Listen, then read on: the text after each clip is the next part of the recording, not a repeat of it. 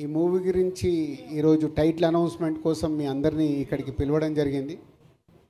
అలాగే ఆశిష్ మొన్నే marriage and reception complete చేసుకొని ఈరోజు తిరుమలలో శ్రీనివాసుడి దగ్గర కళ్యాణం చేసుకొని అక్కడ ఉండడం వల్ల ఈ ఈవెంట్కి రాలేకపోయాడు.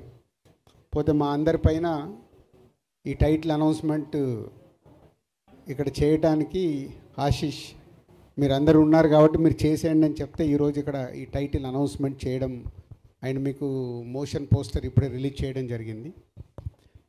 Love me if you dare ఇది మొదలవటానికి కారణం ముందు ఇద్దరు వ్యక్తులు, అదే నాగా అండ్ అరుణ్. నాగాతో నాకు ఎప్పుడో మా సత్యనారాయణ రెడ్డి గారి అబ్బాయి చిన్నప్పటి నుంచే దాదాపు చిన్నప్పటి నుంచి చూస్తూ ఉన్నాను. తను అన్నపూర్ణలో వర్క్ చేస్తూ స్క్రిప్ట్ సైడ్ అవి వర్క్ చేస్తూ వాళ్ళ దగ్గర వర్క్ చేస్తూ ఉన్నాడు. సడన్గా ఒకరోజు వచ్చి సార్ నేను ఒక స్క్రిప్ట్ చెప్పాలి అని అడిగాడు. స్క్రిప్ట్ అంటే దేనికి, డైరెక్షన్గా అన్నా. కాదు సార్ ప్రొడ్యూస్ చేయాలి అన్నాడు. అదేంటి నువ్వు ప్రొడ్యూసర్ అవుదాం అనుకుంటున్నావు అంటే, అవును ఇట్లా నేను నా ఫ్రెండ్ ఒక స్క్రిప్ట్ చేశాం సార్ అది వినాలి అంటే అప్పుడు అరుణ్ని నాకు ఇంట్రడ్యూస్ చేయడం జరిగింది. సో అరుణ్ అడిగాను ఏమేమి సినిమాలు చేసావని. నేను ఇప్పటివరకే సినిమా చేయలేదు సార్ అన్నాడు. మళ్ళీ నాకు బ్లాంక్.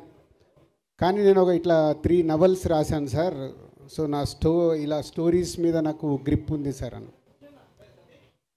సో అప్పుడు నాగాకి అరుణ్కి నేను ఈ స్క్రిప్టు వినటానికి టైం ఇవ్వడం జరిగింది.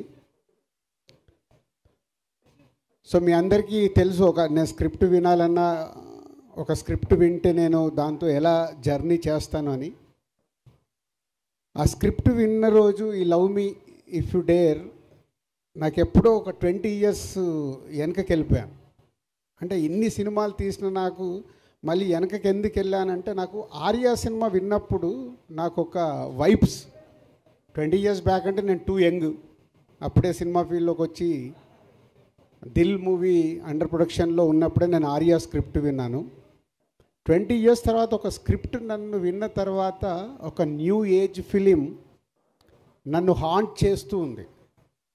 సో వాళ్ళిద్దరికి అదే చెప్పాను, అంటే కొత్త వాళ్ళు బాగా రాశారు, ఎలా అనుకుంటున్నారు ఏంటి అంటే, మాకు బాబు సైలెన్స్ అమ్మా, సైలెన్స్ బాబు, మాకు ఆశిష్ కావాలి సార్ అంటారు. లేదా ఆశిష్ ఆల్రెడీ ఇంకో సినిమా చేస్తున్నాడు. లేదు సార్ మేము వెయిట్ చేస్తాము, మాకు అప్కమింగ్ హీరో కావాలి, దాని గురించే మీ దగ్గరికి వచ్చామంటే, నాగమ్మ నువ్వు ఎలా ప్రొడ్యూస్ చేస్తావు అన్నాడు. నేను ఒక్కరిని చేయను సార్, నాకు హర్షిత్ని అన్సితని ఇవ్వండి సార్ అన్నాడు. సో అలా వాళ్ళిద్దరూ మా కాంపౌండ్కి రావడం, ఈ స్క్రిప్ట్ తీసుకొని రావడం, ఫస్ట్ నన్ను గెలవడం. అంటే మొదటి సిట్టింగ్లోనే నన్ను గెలిచారు. స్క్రిప్ట్ విన్న తర్వాత వాళ్ళు చేసిన వర్క్, అది విజువలైజేషన్ ఎలా తీసుకొస్తారు ఏంటి అన్న బ్యాకప్ మైండ్లో జరుగుతున్న ఆ టీం నచ్చి, సో కొత్త వాళ్ళని దిల్ రాజు ప్రొడక్షన్లో మీ అందరికీ తెలుసు, బలగం అప్పుడే నేను చెప్పాను, కొత్త వాళ్ళ మ్యాక్సిమం ఆ ప్రొడక్షన్ హౌస్లో కొత్త వాళ్ళకి అవకాశాలు ఇచ్చి కొత్త వాళ్ళని ఎంకరేజ్ చేయాలి అనే దాంట్లో. సో అలా వాళ్ళిద్దరూ ఈ స్క్రిప్ట్ ఓకే చేసుకోవడం, తర్వాత ఆశిష్కి కానీ హర్షిత్కి అన్సితకి శిరీష్ గారికి అందరికి స్క్రిప్ట్ చెప్పి నాలో ఏదైతే ఫీల్ అయ్యానో, స్క్రిప్ట్ విన్నప్పుడు అందరిలో అరే బాగుంది, డిఫరెంట్గా ఉంది, బాగుంది, డిఫరెంట్గా ఉందని ఫీల్ అయ్యాము. అప్పుడే ఈ love me if you dare project lock చేశాం. స్క్రిప్ట్ స్టేజ్ దాటిన తర్వాత టెక్నీషియన్స్ ఏంటి అని అడగడం మొదలు పెడితే, అప్పుడు వాళ్ళు పేర్లు చెప్తుంటే నాకు భయం వేస్తుంది. సార్ ఇలా అనుకుంటున్నాం, ఇలా అనుకుంటున్నాం, ఇలా అనుకుంటున్నాం. సో పీసీ గారికి నాతో ఉన్న రిలేషన్లో, సార్ ఇట్లా కొత్త అబ్బాయిలు ఫుల్ స్క్రిప్ట్ ఉంది, మీరు ఒకసారి టైం ఇచ్చి స్క్రిప్ట్ వినండి అని పీసీ గారి దగ్గరికి పంపించడం జరిగింది. పీసీ గారి స్క్రిప్ట్ విని నెక్స్ట్ డే ఫుల్ స్క్రిప్ట్ చదివి నాకు కాల్ చేసేయి ఐఎమ్ డూయింగ్ దిస్ ఫిలిం అన్నాడు. అంటే ఓన్లీ ఆ స్క్రిప్ట్తో పీసీ గారిని కూడా గెలుచుకొని పీసీ శ్రీరామ్ గారిని ఈ సినిమాకి ఫైనల్ చేసుకున్నారు. అలాగే మ్యూజిక్ గురించి డిస్కషన్ వస్తున్నప్పుడు మళ్ళీ కీరవాణి గారి పేరు చెప్పారు. కీరవాణి గారి పేరు మీకు ఏమన్నా, నాగా ఇలాగే అన్నాను, నాగా ఏం ఆలోచిస్తున్నావు నీకు తెలుసా, బాహుబలి, త్రిబుల్ ఆర్లు ఇలాంటి సినిమాలు చేస్తున్నారు. నెక్స్ట్ రాజమౌళి గారిది, మహేష్ బాబు గారి సినిమా ఉంది, నువ్వు కీరవాణి గారిని అంటే, సార్ పీసీ గారిది ఎలా అయితే ఒక ఛాన్స్ ఇప్పించారో ఒక్కసారి మాకు అపాయింట్మెంట్ వస్తే చాలు సార్ అని నేను అడగలేదు. వాళ్ళే అప్రోచ్ అయ్యి కీరవాణి గారి దగ్గరికి వెళ్ళి కీరవాణి గారికి కూడా స్క్రిప్ట్ ఇచ్చి, కీరవాణి గారు స్క్రిప్ట్ చదివి, మళ్ళీ నేను అసలు మాట్లాడలేదు కీరవాణి గారితో, వాళ్ళే అప్రూవల్ చేసుకొని వచ్చి అగ్రిమెంట్ తీసుకొచ్చి సైన్ పెట్టమన్నారు. సో అలా ఈ ప్రాజెక్ట్కి కీరవాణి గారిని కూడా వాళ్ళే తెచ్చుకున్నారు. మంచి అమ్మాయి కావాలి. బేబీ అప్పటికే వైష్ణవి రిలీజ్ అయింది. రకరకాల అమ్మాయిలు అనుకుంటున్నారు. వైష్ణవిని అడిగండి సార్ ఒకసారి అంటే, నేను వైష్ణవిని అప్రోచ్ అవ్వడం, వైష్ణవి ఒకసారి స్క్రిప్ట్ చదివి ఎగ్జైటింగ్ ఉంది సార్, బట్ ఇంకోసారి చదువుతానని మళ్ళీ ఆఫీస్కి వచ్చి ఆఫీస్లోనే కూర్చొని ఫుల్ రీడింగ్ తీసుకొని, రీడింగ్ అయిపోయాక నేను బయట ఉండి వచ్చి, సార్ ఐఎమ్ సో ఎగ్జైటెడ్ అని వైష్ణవి రియాక్షన్. ఇట్లా అంటే ఒక స్క్రిప్ట్ ఇంతమంది సక్సెస్ఫుల్ పీపుల్ని లోపలికి తెచ్చుకున్న సినిమా. ఈ మధ్య కాలంలో నేను ఇన్ని సినిమాలు చేశా, 56 సినిమాల దగ్గరకు వచ్చాయి.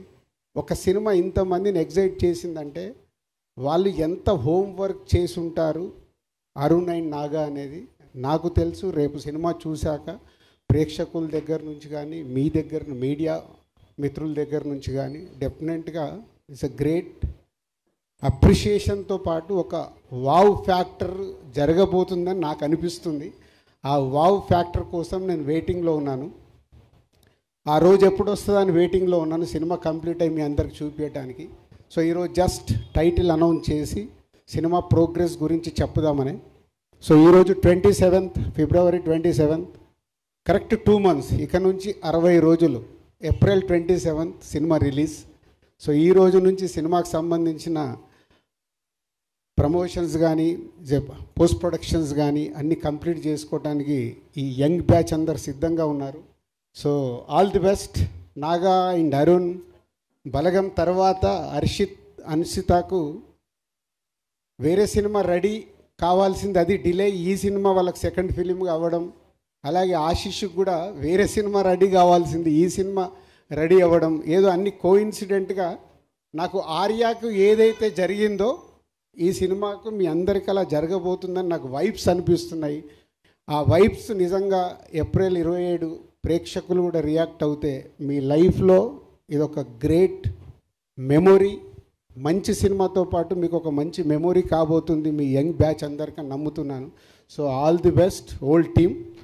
సో జర్నీ చెప్పగలిగాను. ఇంకా సినిమా వాళ్ళకి చూపించినప్పుడు, రేపు టీజర్ చూసినా, ఈ సినిమాకి సంబంధించిన కాంటెంట్ చూసినప్పుడు డెఫినెట్గా మీడియా మిత్రులు వాళ్ళకు నచ్చితే, ఒక మీకు బలగం సినిమానైతే ఎలా ఎంకరేజ్ చేశారో ఈ సినిమాను కూడా ఎంకరేజ్ చేస్తారు. వాళ్ళకి ఆ కాంటెంట్ నచ్చితే నచ్చుద్దని 100% నేను నమ్ముతున్నాను. సో అది వాళ్ళు చూసే వరకు ఇంకా మీరు వెయిట్ చేయాలి. 60 days count down. April 27th ఈ సినిమా థియేటర్లోకి వస్తుంది. కలుద్దాం. Thank you Raju garu. Thank you so much. And Harshit